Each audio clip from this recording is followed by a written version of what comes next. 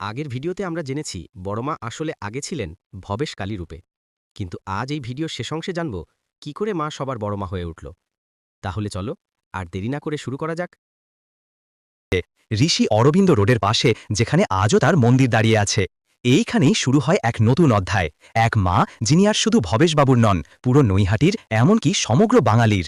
দেবীর প্রতিমা হতে হতে পৌঁছে যায় প্রায় ২২ ফুট উচ্চতায়। কেউ কেউ বলেন তার আসল উচ্চতা আরও কিছুটা বেশি।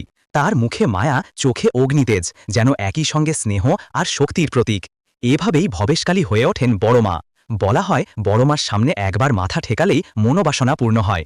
দূর দূরান্ত থেকে মানুষ ছুটে আসে শুধু এক ঝলক দর্শনের জন্য। কারোর সন্তানের জন্য প্রার্থনা, কারোর জীবনের সংকটে আশ্রয়, কারোর আবার কৃতজ্ঞতা প্রকাশ। মা আমার মনোবাসনা পূর্ণ করেছেন। মনস্কামনা পূর্ণ হলে কেউ স্বর্ণের গয়না দান করেন, কেউ দেন রূপোর অলঙ্কার, কেউ বা সোনা রূপার মুকুট। এইভাবেই বড়মার অলঙ্কার ভাণ্ডার আজ লক্ষ